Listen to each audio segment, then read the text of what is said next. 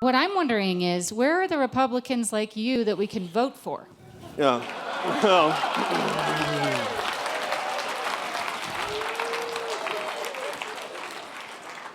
thank you, Pamela. That's a pretty much when did you stop beating your wife question, you realize. Look, it's been very tough in American politics. We're in a period of, as an historical matter, if you're a political scientist, what you might call a period of competing pessimisms.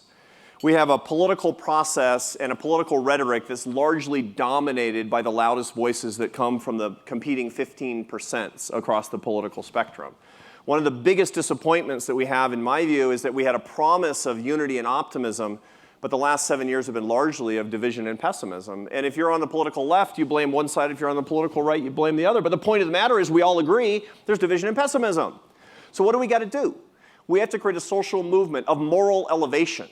We have to talk about the fact that we have a responsibility as a country to look realistically at what's going on in this country at the meta level. You know what the realistic truth is? God bless this country. None of us would turn in our passports to go to another country, and we know it's true, and it doesn't matter what your nationality is. Why do we complain so much about the greatest country in the history of the world? We have an opportunity to come together aspirationally for the first time with a broad moral consensus for greater consciousness for us and greater abundance for the poor.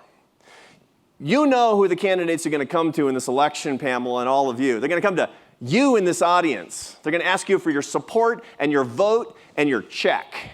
And if you can say to them, you're not getting any of that if you're pessimistic and divisive, none of it.